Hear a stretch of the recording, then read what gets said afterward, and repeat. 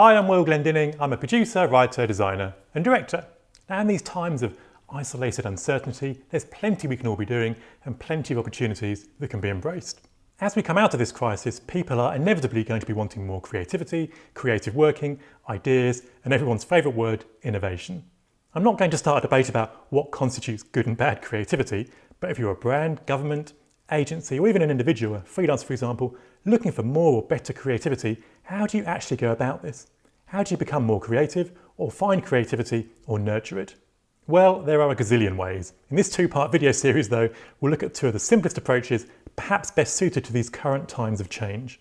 Two approaches which are both easy to adopt and often overlooked. And in this first video, this two-parter, we'll be looking at something called transpositioning. Creativity doesn't just happen. It needs to be nurtured, nourished, and needs stimulation. Like a plant. Add sunlight, water, and nutrients, and you get flowers. Yet many people in creative fields stick to their silos with little to no external or different stimulation. There are designers who only design, graphic designers who only do graphic stuff, producers who only produce, managers who only manage, creative directors who only direct, digital people who only do digital stuff. You get the gist. It's common in companies where people are tasked to think outside the box as long as they stay within their box. It's common in agencies where different departments do just that, departmentalise different talents and skill sets. And it's common within individuals, freelancers for example, where people stick to doing what they do and what they know. If you or people you have working for you or companies or people you engage constantly do the same thing all the time, you're going to get the same results. Now that sounds obvious, but it's often the norm. If you want different results or to spark ideas or to improve creativity, try transpositioning. Have people try different jobs, roles, crafts and disciplines. I'm not talking about collaboration here and working with people. I'm talking about actually doing and trying different things, getting your hands dirty, transposing from one role or skill to another. The act of seeing or feeling how other things are done, gaining new perspectives, seeing challenges from different perspectives, or just having the freedom to play in a different arena or with different tools can be powerful on many levels. If you're an individual, a freelancer for example, with a specific talent, an event designer for example, try your hand at lighting design, try sound design, try graphic design, try developing something digital, try your hand at architecture or ceramics or sculpture or pyrotechnic design or everything and anything else. It will open your mind. It will give you new ideas. And it's not hard to find other people, other freelancers who would want to try what you do. Swap roles on real or imaginary projects. And in the current climate, if you're struggling to find work or things to do, who knows where this could lead?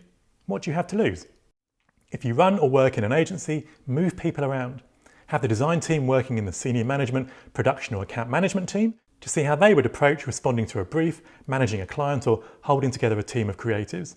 In turn, have the senior management team, your board, producers or project managers try graphic design, 3D design, digital development, lighting design, drawing or creative direction. If you have a design studio, get people swapping roles, 2D people trying 3D roles and vice versa. Have the marketing or PR team trying their hand at designing and vice versa. And don't restrict yourself to your agency either. There's an entire supply chain of skilled craftspeople, choreographers, technicians, suppliers and creatives you can transpose with. And they in turn would also likely benefit from trying things on your side of the fence too. Mix it up. If you're a company or brand who does events or commissions events or does other creative work, similarly, have your team or people transpose roles, either internally or with your agencies or trusted partners. The aim here is not to become capable of doing these other roles or skills, it's merely to spark ideas, enlightenment. Throughout my career, I've constantly tried different things in different sectors and in different fields, just as experiments. Now, most of those have clearly failed insofar as they're not good enough to see the light of day, but none of them have failed insofar as they've increased my creativity and my curiosity. The enlightenment that comes from trying to design a new pyrotechnic or code something digital or just trying something way out of my normal field of view is incredible. As an added bonus, it also results in enormous empathy with what others need, do and experience. Singular skills and singular thinking is pre-COVID thinking.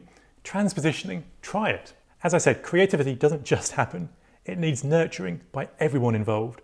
Try transpositioning for an hour, a day, a week, whatever works, and just once, frequently, or build it into your culture as we emerge from the current crisis with everyone looking for better value, new ideas and creativity. It needn't cost anything and could lead almost anywhere. In the second of this two-parter video series, we'll be looking at the differences between curation and creation, or curating versus creativity. And if you're a brand or agency genuinely interested in developing new ideas or creativity, rather than repurposing and assembling existing products, services and ideas, the realistic approaches to make this happen. In the meantime, I'd love your thoughts and questions. Have you tried transpositioning, even if you've not called it that, or do you plan to? And if you think anyone else would find this useful, please feel free to share it. Thanks for your time, thanks for watching, and I'll speak to you again soon.